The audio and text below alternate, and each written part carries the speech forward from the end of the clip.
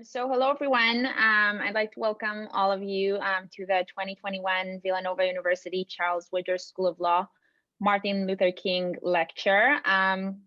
For almost 20 years, Villanova Law School has honored and celebrated the life and legacy of Dr. King with a lecture series featuring a host of exceptional speakers whose work really addresses a theme in Dr. King's heritage. So with issues of racial injustice now receiving renewed attention this past year, we were excited to be able to honor this longstanding tradition through this new virtual format.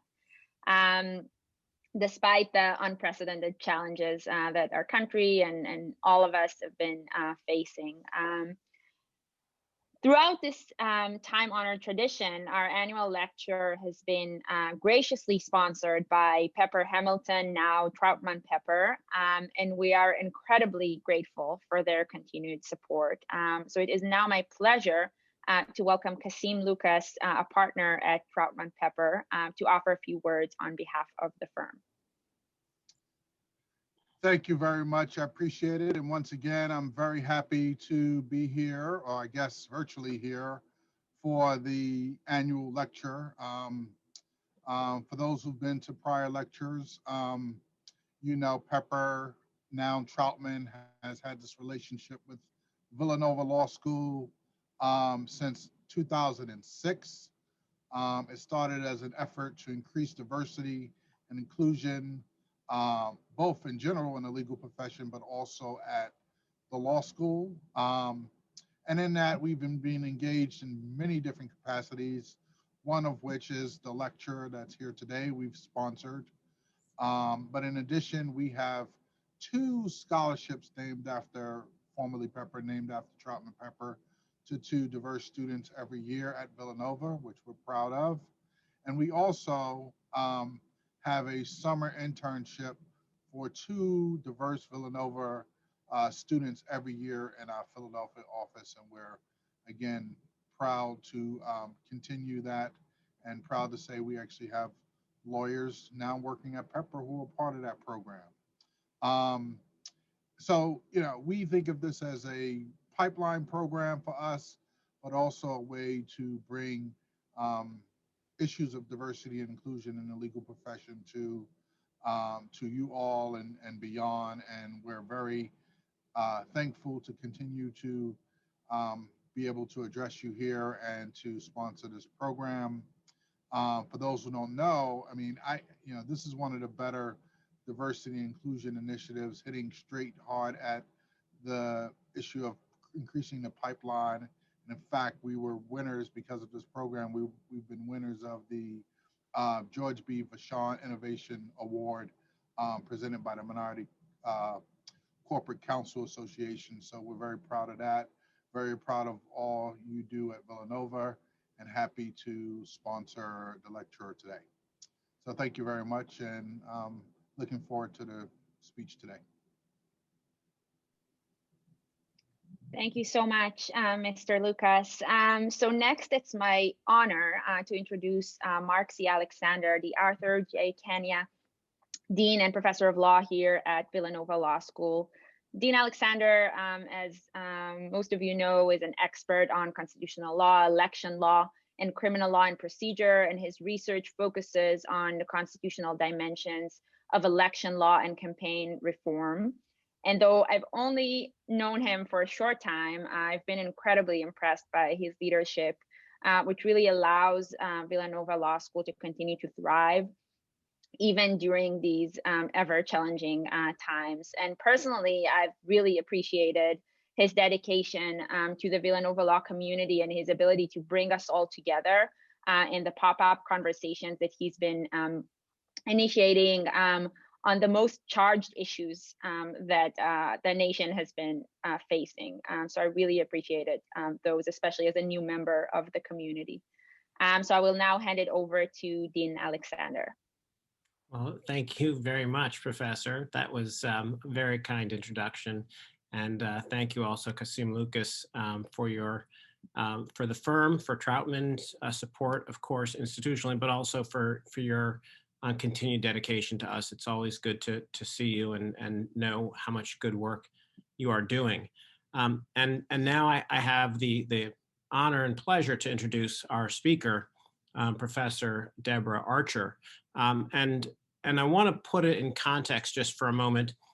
There have been references to why we have this speech and the importance of this every year. And I say it all the time, and I can't say it enough. We need to make sure we put values at the core of a legal education. That is essential. If you don't have values at the core, it's meaningless. Now, we all have different values. We get them in different ways. We express them in different ways.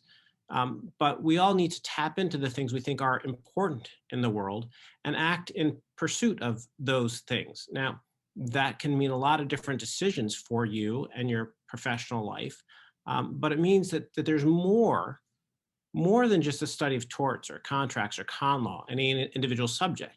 There's something more that I think binds us together as a law community in this law school and as a legal community writ large. So when we talk about who we are as lawyers and we talk about who we are as a nation, I always want us to think about values. And in that context, of course, Dr. Martin Luther King is an individual who very clearly led with his values and spoke to the nation, to all of us, about our values, asking us what is right in the world. How is it right for us to treat each other? How is it that we can pursue a path that is guided by, frankly, by love, not by hate? And it's a challenge. He challenged all of us to ask those questions every single day.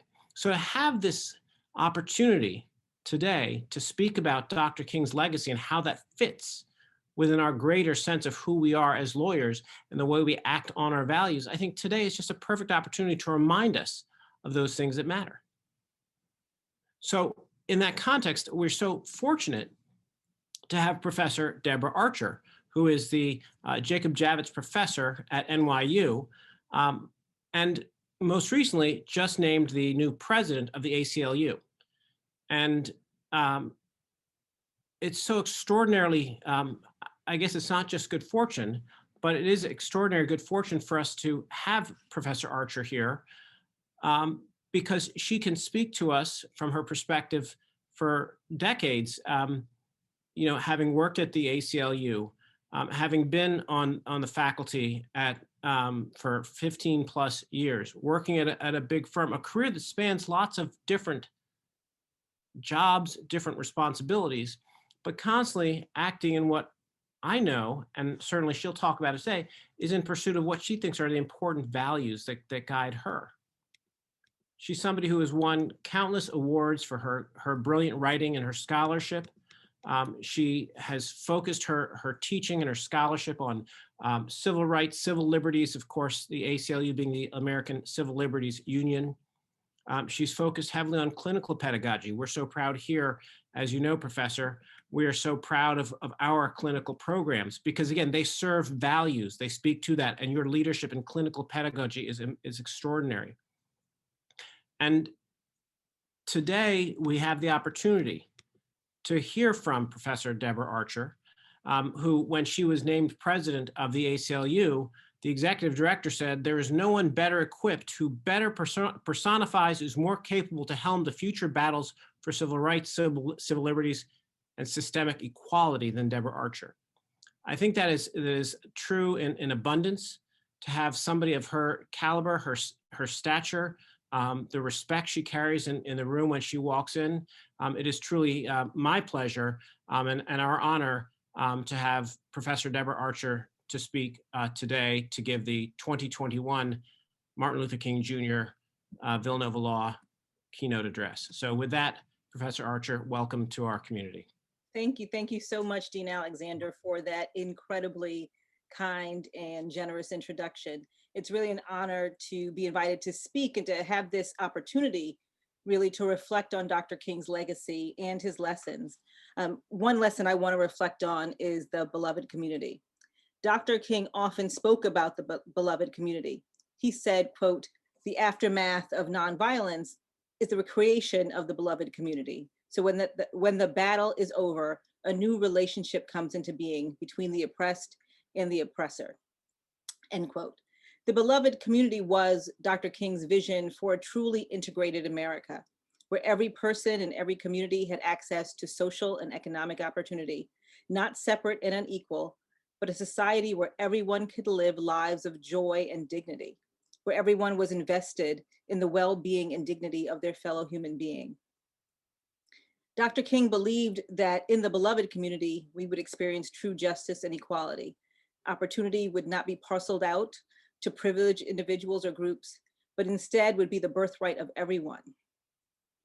Unfortunately, in many ways, American history is the history of American opposition to that ideal. And more than 60 years later, America remains profoundly segregated along racial lines. We live separately, we learn separately, we socialize separately. And the systems this country has so effectively built to protect and maintain segregated communities have a tremendous negative impact on those who are left out. This is not because Black people and other people of color would get some magical benefit from living closer to white people or sitting in a classroom with white people. It's because you cannot separate the places that people have access to from the opportunities that people have access to. One's home, not only the physical residence, but also the community in which it's located, impacts our lives in numerous and interdependent ways. There really is nothing that place does not touch. Our access to education and jobs, our physical safety and our health, our access to healthy food, our social networks, even the quality of the air we breathe are all deeply impacted by where we live. And what is remarkable about America's opposition to the beloved community is both its persistence and its permeability. It is powerful because it's evolving, because it's creative, because it adapts.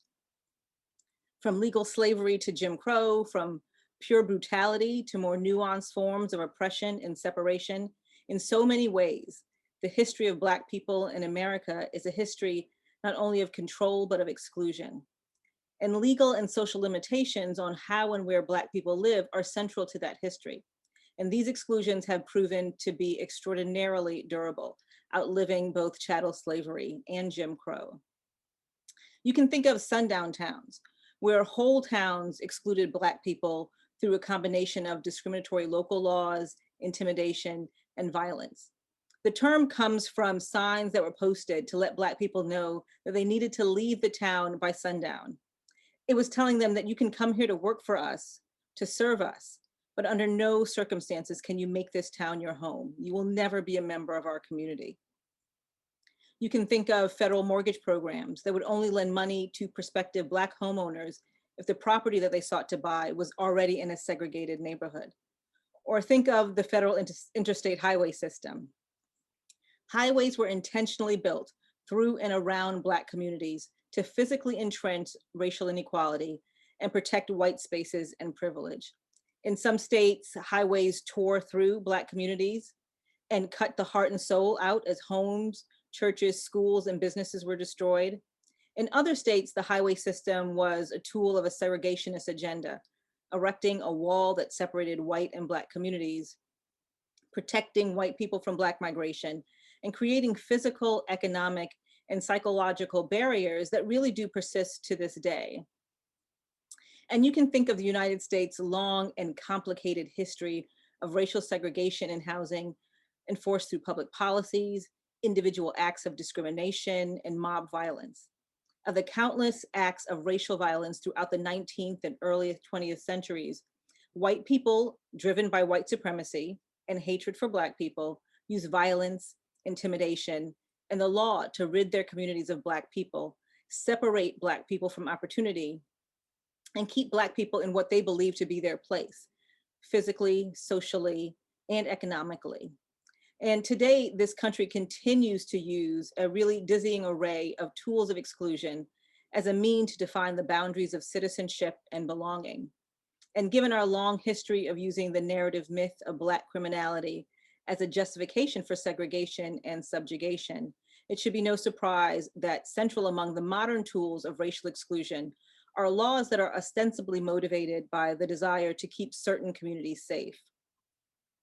One of the newest tools in this arsenal are what I refer to as policing-based housing policies. And these housing policies take various forms, but all encourage or require property owners to exclude people with criminal legal system contacts.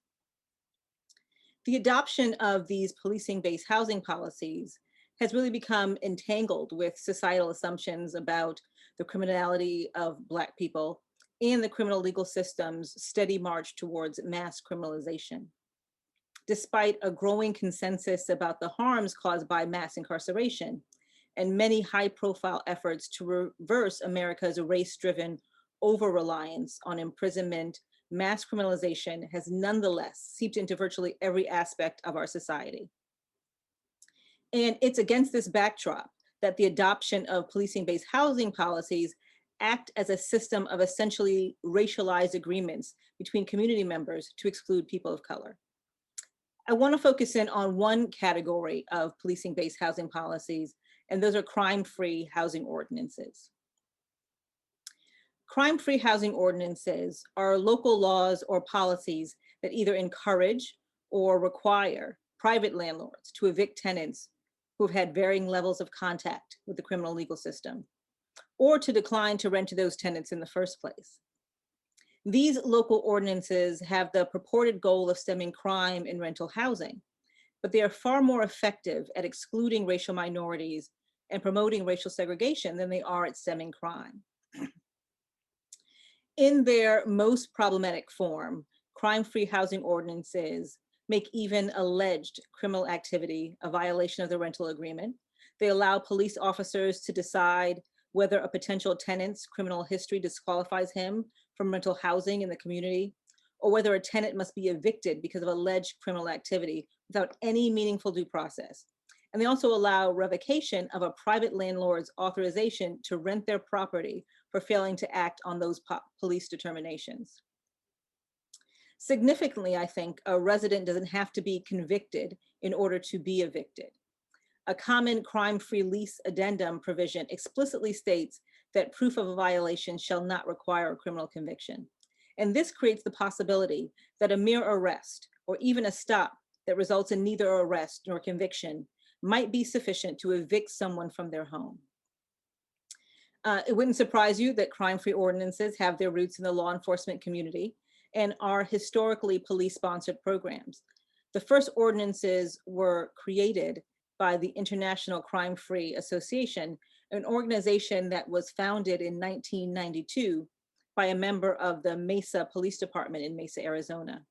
And the ICFA has successfully spread the adoption of crime-free ordinances across the United States. So today, according to one study, over 2,000 municipalities across 44 states have adopted crime-free housing ordinances or programs. In California, for example, almost 1/3 of local governments have a crime-free ordinance or program. In Orlando, Florida, a police officer described their program as designed to, quote, squeeze out all of the people who just don't want to do right, so good people can have a nice, quiet place to live. The language in the Orlando lease addendum provides that once a property owner or manager is notified that a tenant has been arrested, they can fill out an eviction form and give the accused resident just 7 days to move out. And again, a resident does not have to be convicted in order to be evicted. In a single 5-year period, approximately 1,400 renters were evicted under Orlando's program, and the overwhelming majority of those evicted were Black and Latinx. One of those people was Leroy E. Banks. When he was 21 years old, police suspected that Mr. E. Banks broke into a car. The police questioned him, and he denied any involvement. In connection with his questioning, the police checked Mr. E. Banks' criminal history, which showed that he had 2 prior arrests, but he had no convictions. The officers turned that information over to the rental complex where he lived, and then building management immediately started eviction proceedings, and he was put out of his home within 7 days. It is no surprise then that crime-free housing ordinances disproportionately exclude people of color. Involvement with the criminal legal system effectively functions as a racialized criterion for who can live in that community. And this is because there are extreme racial disparities in who has contact with the criminal legal system.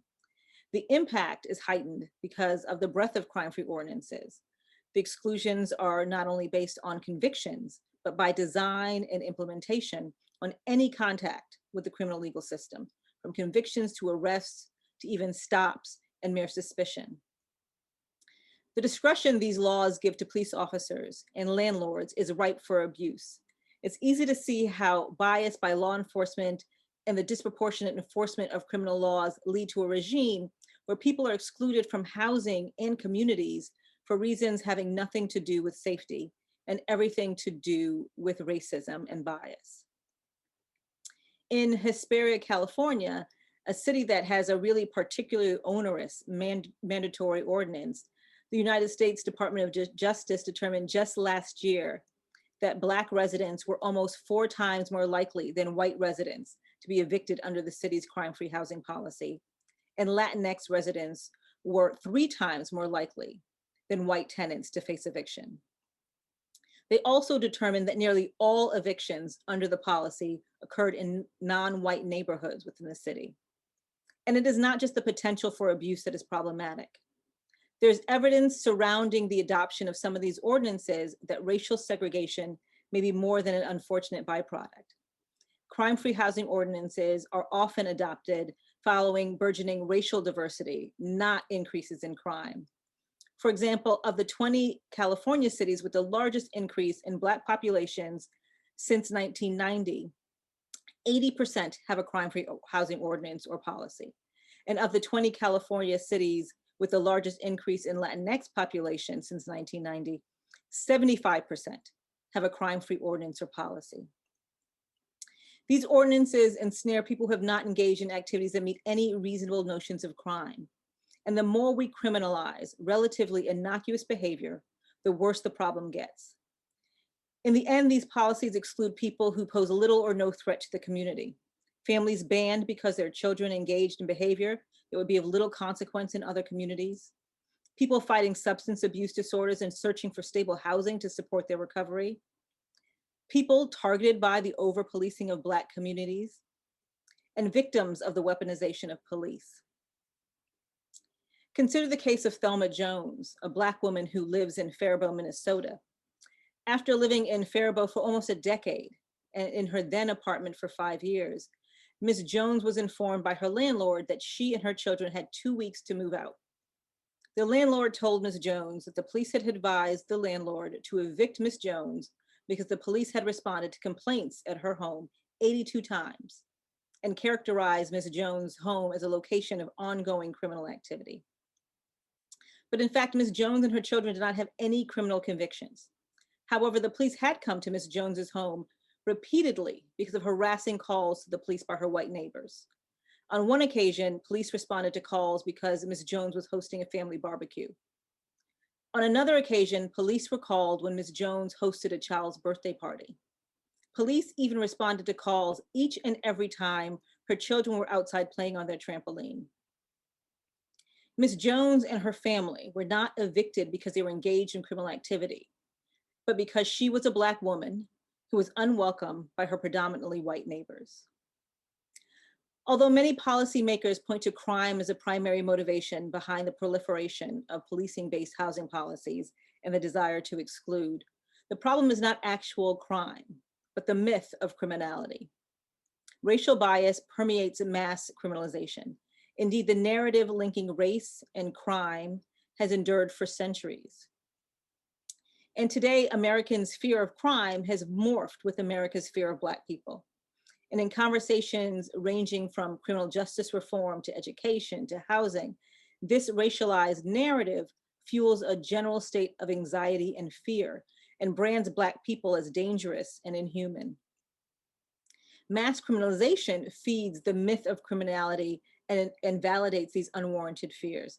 In turn, crime-free housing policies weaponize that fear.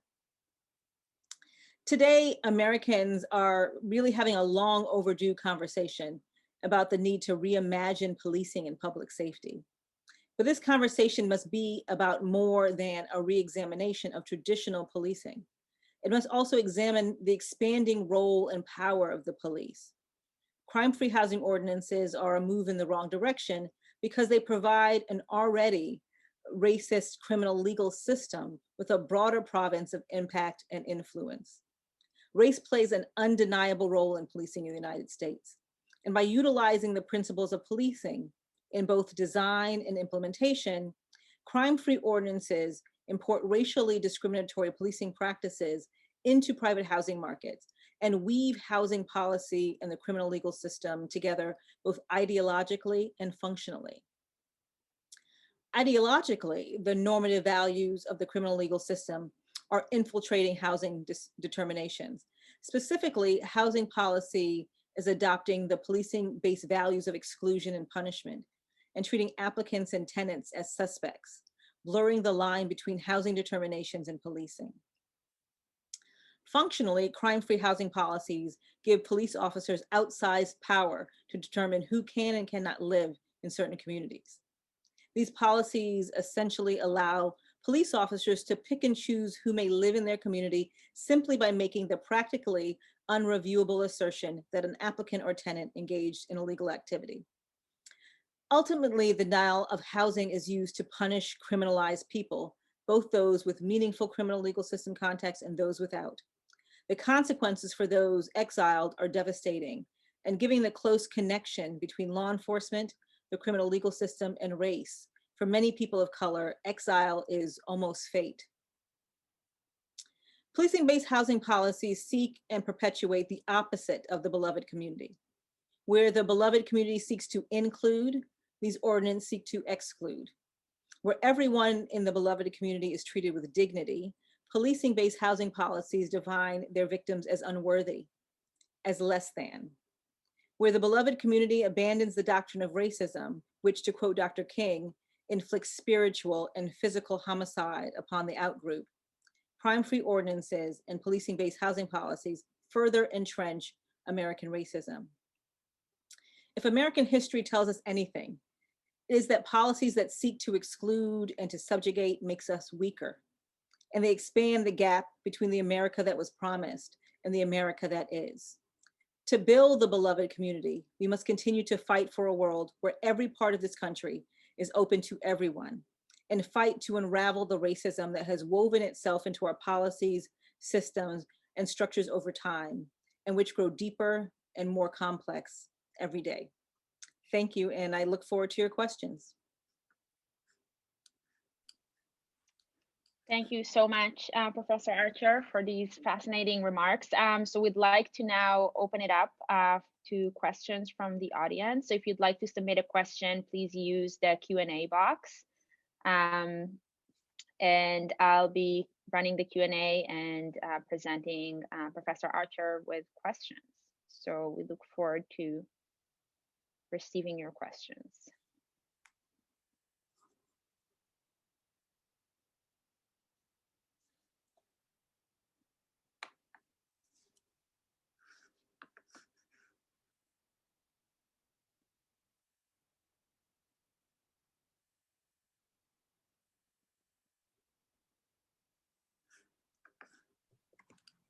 Okay, I see we have the first question by an anonymous attendee. Have any of these policies been successfully challenged? On what grounds?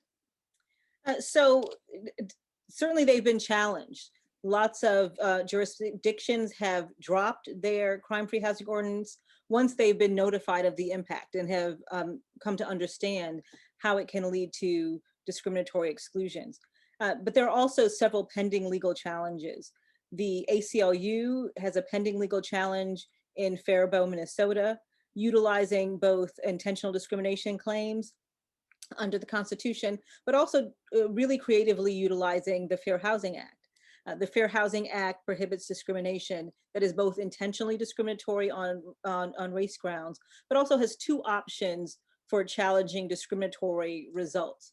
And one is to challenge it based on the impact that it has on a particular group. So challenging the impact that ordinances have on Black and Latinx folks in the case of Faribault. But then also another provision that allows you to challenge housing policies that have a segregatory impact, a segregative impact, and so that it means it's deepened segregation. And the ACLU is also challenging on those grounds. And the case should be headed to trial soon. The Department of Justice is challenging the case in Hesperia using a discriminatory enforcement theory. So although none of those cases have gone through to the end, there are lots of pending challenges across the country. Thank you. So Professor Ruth Gordon had a similar question. I think you already answered. Has there been any pushback in the court? So another question from an anonymous attendee.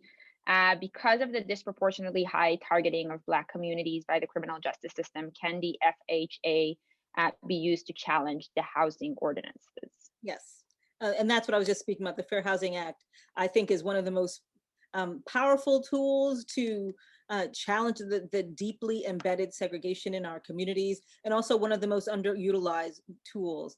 Part of that was because some years ago, there was questions about the disparate impact provisions, but the Supreme Court recently, or relatively recently, solidified the standing of disparate impact claims, disparate results claims. So hopefully more and more people will use the Fair Housing Act to challenge things like crime-free housing ordinances and other policies that really weave criminal justice practices into housing determinations. And I will note that the challenges in public housing, because they have similar policies in public housing, have been relatively unsuccessful. Thank you. So Professor Berry, whom you know, is asking, how can law students engage in advocacy around housing discrimination? So I think one of the challenges, first, is getting law students interested in housing issues.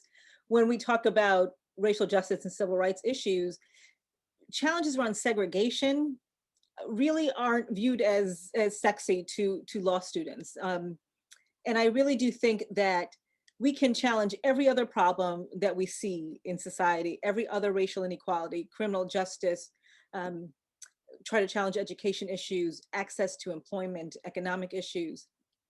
But unless we address segregation and the division in our communities, we're going to get back to the same point that we're in now. Nothing will ever truly be solved. So I think first, realizing the importance, the fundamental importance of housing issues, and realizing that we need smart, engaged, creative law students to think about how we start to untangle issues at the intersection of race, class, and place.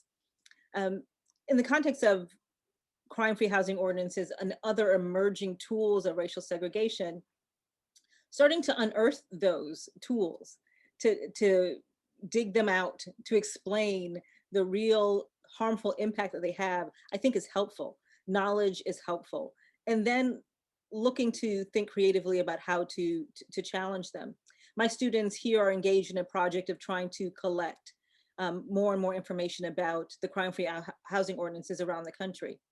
They are so widespread, but few people talk about them or are aware of them and their impact. So I think using our ability to engage in public education is helpful, and then to challenge those laws that are unjust. Thank you. Okay, we have so many questions.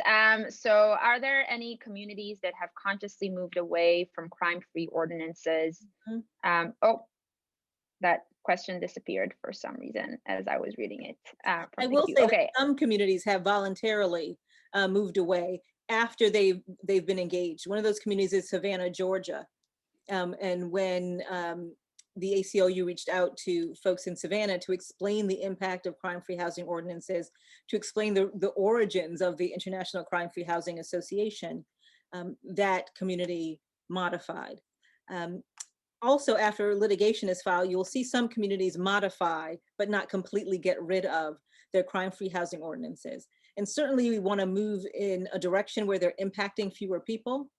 But I think ultimately we want to move in a direction where we are thinking about inclusion rather than exclusion, embracing what we often say, making America the land of second chances. To be real to those values, to live up to those values, we can both be inclusionary and safe. We can do both at the same time. And so modifying crime-free housing ordinances is welcome, but finding ways to get rid of them is even better. Thank you. And that was Amy Phillips's question, by the way. Okay. So next question from John Lutz. John, thanks you for your presentation. And his question is, can we expect more challenges to state community housing laws given the change in federal administration? I think so. I hope so. Under the prior administration, they did not embrace disparate impact and results. They were focused very laser-like and not even that aggressively on intentional discrimination claims. And as I said, they didn't even want to really move to enforce intentional discrimination claims. There was the rare work to challenge some of the ways that we are perpetuating segregation. So I've already seen some moves by the Biden administration to be more aggressively enforcing the affirmatively furthering fair housing provision that requires communities that receive funding from HUD to take steps to affirmatively integrate their communities. There was a case in Long Island, New York, where the Trump administration was looking to settle and have that go away and not really force the community to do what they were required to do. And days after the election and days after the inauguration, the Biden administration let that community know that they wouldn't be settling and that they were going to be pursuing that claim aggressively. So I do think that we'll see changes, more aggressive enforcement of the Fair Housing Act, and challenging local and state laws that really do perpetuate racial inequality and segregation. Thank you. So Sharon Buckingham is asking, for those of us who are not practitioners or future practitioners, how can we best be allies and share this information or education with others effectively?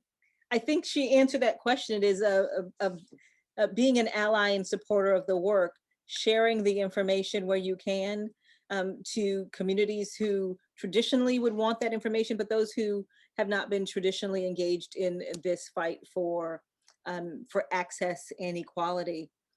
I think it's important for people to call out wrongs in their own community.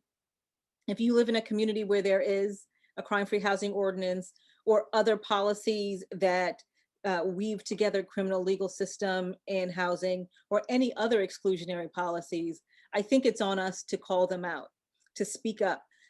Whether we're lawyers or not, whether we are litigators or not, we are members of the community, and I think we have an obligation to work to make sure our communities are welcoming to everyone. And that's on an individual level, that's where that starts. Thank you. So another question from an anonymous attendee. Do you see a parallel between crime-free housing ordinances and the war on drugs? I don't know if I would say a parallel, but there certainly is a thread through that.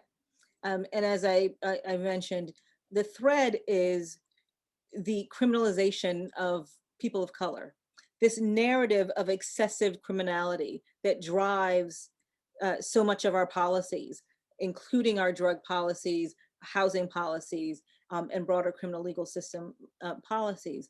And until we confront that underlying notion that Black people are more likely to engage in criminal behavior, that they have innate criminality, that Black communities require more policing because they're more prone to crime. And therefore we over police those communities and criminalize the people within those communities. I think we're going to keep seeing policies that use criminal legal system apparatus to discriminate and subjugate people of color, like we have seen in the war on drugs, as we see with so many other criminal justice initiatives and policing. So Professor Nadia Benteka is asking, how do these housing ordinances affect housing insecurity and the supply of state provided housing to people? I think that is an incredibly important question, particularly as we're on the verge of an eviction crisis, where lots of people are facing unstable housing. And what we are seeing in our research, in my research, is that people are being forced out of their community altogether, that they cannot find safe, stable, affordable housing in the communities that they've called home for years. Ms. Jones, who I talked about in Faribault, after she was evicted from her home under the crime-free housing ordinance, couldn't find housing in Faribault because the ordinance prohibited landlords from renting to her after she had been labeled as a criminal, even though she had not been convicted of any crime or charged with any crime.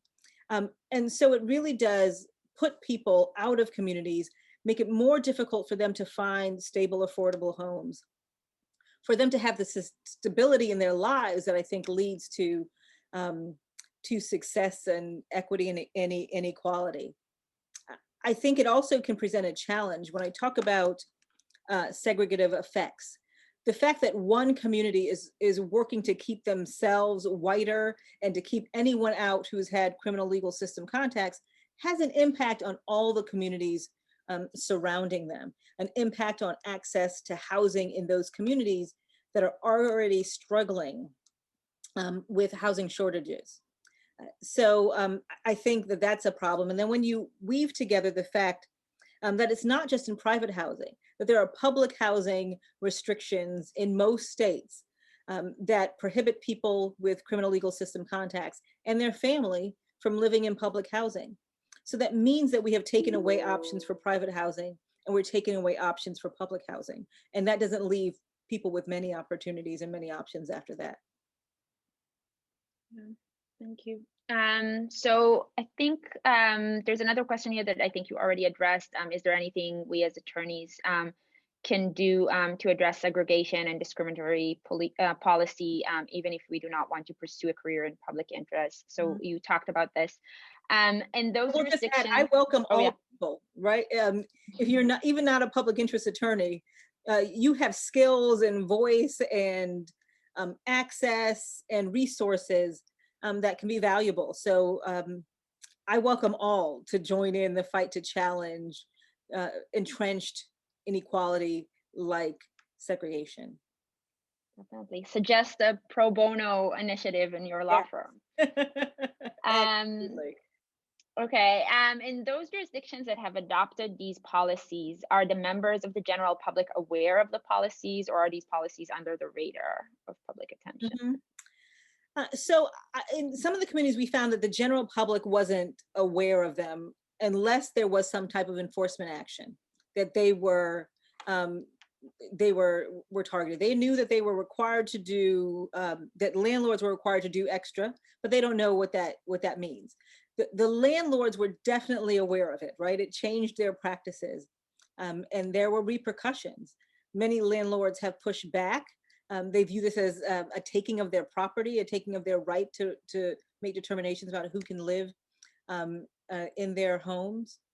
In some of the communities I've seen, like Faribault, the community pushed for this.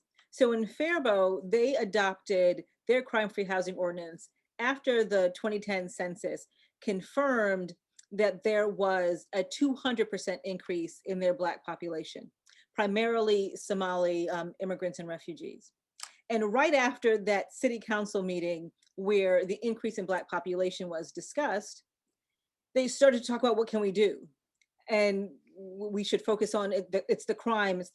And although there was no increase in crime, they started to talk about, let's do something to keep these people out, the crime, they're ruining our way of life. And so I think in certain communities, they can't claim to not know the impact of the crime-free housing ordinances.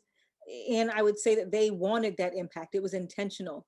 Community members were fighting for it. So I think it depends on which community. Some folks didn't know what was going on.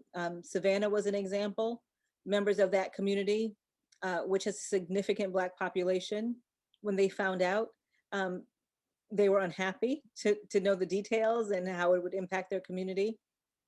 We've seen folks in Middletown, New York, when their community adopted a crime-free housing ordinance, residents and landlords pushed back because they were concerned about the impact that this would have on people of color, but also more specifically, immigrants in the community who may not have the kind of documentation that the ordinances were required and would limit their ability to live in these communities. So I think it's across the spectrum if people know or don't. Thank you. Okay, we're getting close to the end, but we still have lots of questions. So maybe I'll try to kind of skim through and make sure that it's questions you haven't yet answered. So someone is asking if it's at all relevant here, can you explain the HUD policies that President Trump kept referring to as saving the suburbs? Well, part of it was that the affirmatively furthering fair housing provision under HUD, which required communities that received federal money to take affirmative steps to integrate their community, to challenge racial segregation that they saw in their community. Under the Obama administration, there were steps, enforcement steps, finally, after decades, to force suburban communities to come up with a plan, to say what they were going to do to further integrate their communities. And the Trump administration, when they came in and took control of HUD, so they weren't actually going to enforce that anymore. We're not going, your communities are safe. You don't have to worry about us requiring you to take steps to integrate your community. Another way was that they stopped any kind of consideration, any belief or any advocacy around not using criminal legal system contacts and doing criminal background checks. The Obama administration had cautioned that there would be racially discriminatory results if you use criminal background checks and engaged in other ways of weaving together criminal legal system and housing policies, and the Trump administration pulled back from that. So that's my understanding of what they were doing to make sure that people in the suburbs felt like their communities were safe from integration and safe from people of color. Thank you.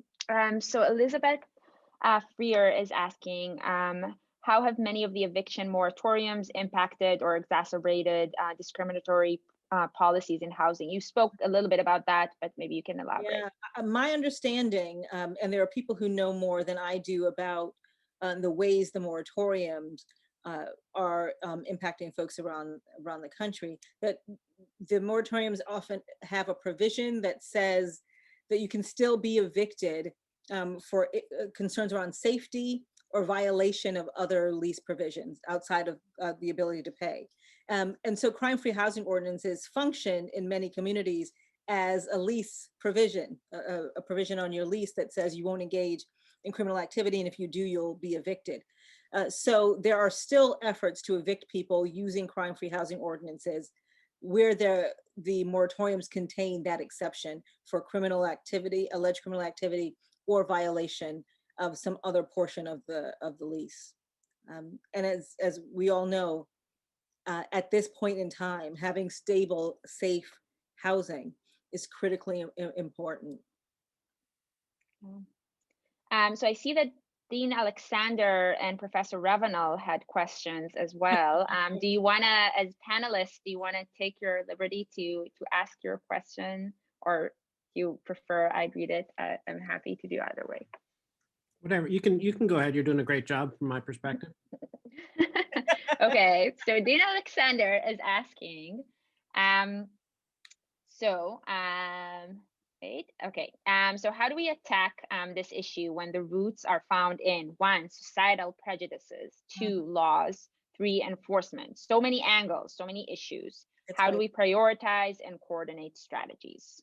I think that is, that's right, and it's true, and it's why we've been having this conversation for decades, and unfortunately, I think we're going to continue to have this conversation for decades. When I engage with my clinic students, I talk about the really transformational potential of integrated advocacy, and that's litigation, public education, legislative advocacy, and every other tool in your tool belt working together to attack a single problem. And I think that's what we need to do around housing.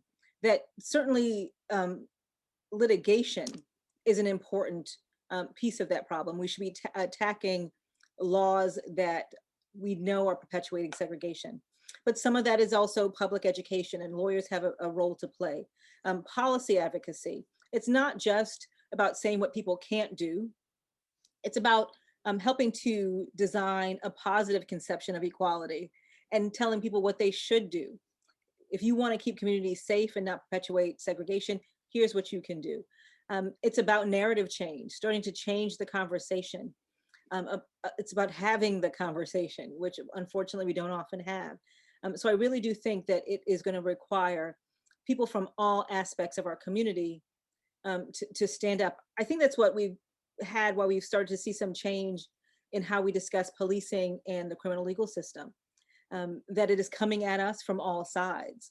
And people are starting to see, believe, understand, and believe in the potential of change. So we need to have similar movement in the context of segregation. Thank you.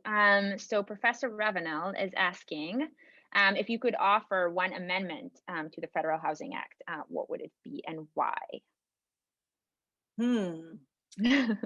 So I wish that I had the words to say how we should amend the Fair Housing Act. But this is an amendment that I think would apply to so many other civil rights laws. I think we want to move forward and advance equality, to start to challenge systemic inequality. We have to stop thinking about our civil rights laws mostly as tools for individual justice, to vindicate an individual's rights, and to think about how we can use them as tools for community equity. Too often, I think we think about civil rights in terms of granting access for people of color to white communities. And that's important because, as I said, so many resources are hoarded within white communities and not shared with communities of color. But as Dean Alexander points out, change is going to be hard and it's going to take a long time. And in the meantime, we have to think about what we need to do to make communities of color more hospitable to success and better life outcomes, allow access to all the opportunities in communities of color that we see outside of communities of color.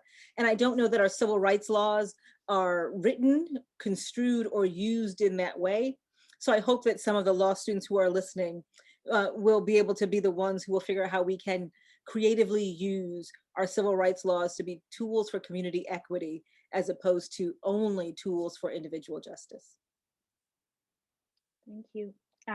We have a couple more questions but we're almost at the end of our time, so I'll just throw them out there Okay. and then pass it over to Professor Ravenel, who will close.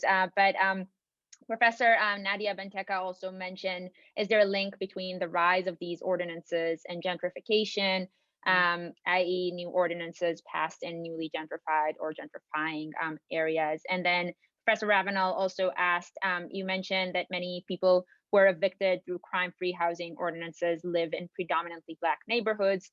Is this just about segregation, or is it also about racism? Mm-hmm. Yes, and yes, there's a link with gentrification.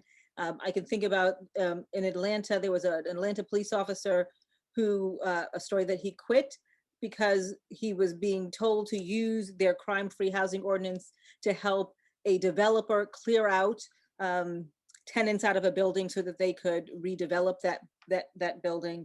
And yes, it's about racism and segregation and perpetuating that racism and segregation. It is not only enough that Black and Latinx people were segregated within a community. These ordinances want to remove them from the community entirely. And so it is a complicated problem. Thank you so much. And I'll now pass it on to Professor Ravenel, who will close us off. Thanks so much, Professor Archer, for being here. Thank you so much, Professor Bashar, for your moderation of this event. It has really been just such an enlightening day. I really appreciate your emphasis on community. I think that it is so important that not only we continue to think about communities, how we define them, but however we do choose to define them, that we truly engage with one another. And one of the things that I am so grateful for about this Martin Luther King lecture that we have the privilege of enjoying every year is that it allows us to come together as a community and really reflect on a lot of the ideals that he bestowed upon us, that he championed, and to think about how we can continue to carry that torch forward. And I just want to say to you, Professor Archer, you have truly carried that torch forward in so much of your work. And it is such a privilege to have you here today. I hope you know that you are not just a member of our community today, but having delivered this speech now, you are now an honorary member of our community always, and you always are welcome here.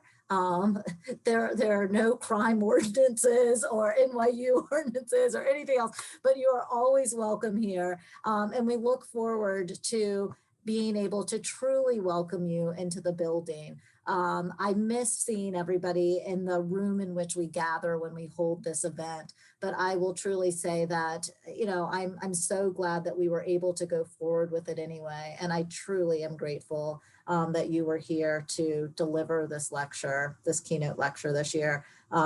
Yes, thank you for all of your work. Thank you for your time today. And thank you for all of you who were able to join us. Thank you for being a part of this community. And I ask you to continue the good work that we've started here. And with that, I guess it's goodbye, everybody. I hope to see you all soon in one form or another. Thanks so much. Thanks for being here.